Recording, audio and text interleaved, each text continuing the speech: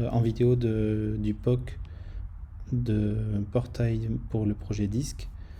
Donc on est sur la page de présentation qui en fait va amener la documentation, va présenter la documentation. Donc les deux principales fonctionnalités sont la récolte des données puis le runtime.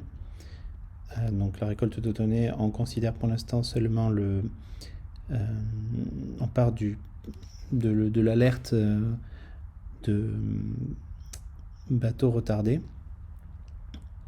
Et à partir de ces alertes, à partir de ces bateaux retardés, de ces événements, on va, donc qui sont des premiers niveaux d'alerte, on va parcourir des API. Donc ici, on a essayé News API, puis il y a OpenWeather, Marine Traffic, on peut en utiliser d'autres, pour donc récolter le plus d'informations possible permettant de bâtir des règles de détection de ce même type d'alerte.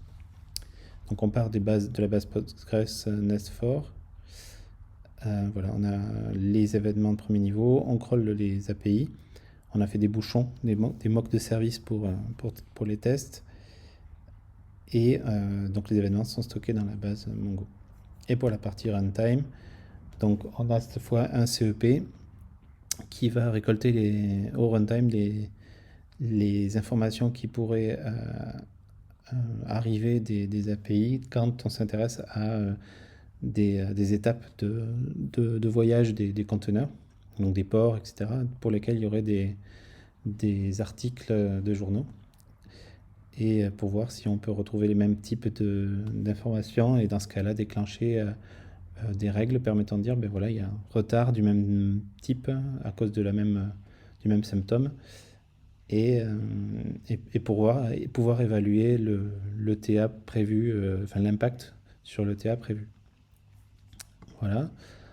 Donc on a les principales fonctionnalités. Donc il y a la récolte de données ici et le runtime ici. Donc la récolte de données, j'ai déjà cliqué sur ce bouton qui va extraire de la base les bateaux retardés.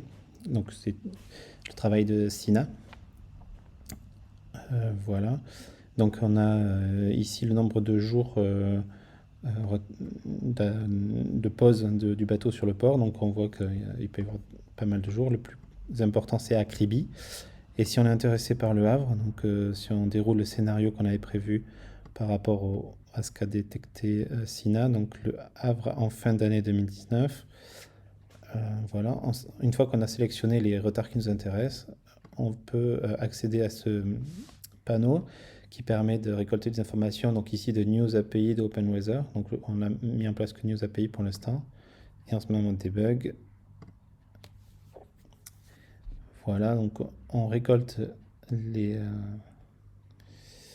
données et on accède à un troisième panneau, et on voit que pour le Havre, on a trouvé un article donc de News API avec un sentiment très négatif, enfin assez négatif, et voilà les mots qui ont été marqués par l'analyseur de sentiments, donc blocked, limited, strike, etc. Donc là, l'idée, à partir de là, tout ça, ça a été généré. Et ensuite, donc là, on a à faire la construction de règles. Donc j'ai proposé ici une idée de règles en CD, donc un CEP connu. Voilà, si on a un score négatif au niveau du sentiment et des mots tels que strike ou blocked, par rapport à un article qui va parler d'un port, d'un point d'arrêt d'un bateau, donc on va estimer un retard alors j'ai mis 5 jours, mais voilà, à calculer par l'intelligence artificielle. Donc ça, c'est le design time, avec un exemple sur le News API pour un type d'alerte. Donc tout peut se multiplier, hein. Donc il peut y avoir d'autres alertes, il peut y avoir d'autres API, et détecter d'autres types d'informations du coup. Voilà. Et après pour le runtime, très rapidement, donc j'ai essayé donc on peut imaginer plusieurs vues. Là j'ai essayé d'imaginer pour les news API des crawlers par rapport aux POI qui sont dans la base, donc mettons Blagnac, Kribi, Le Havre. Et donc on va récolter des articles de journaux, donc là en temps réel, donc en temps réel et jusqu'à un mois avant.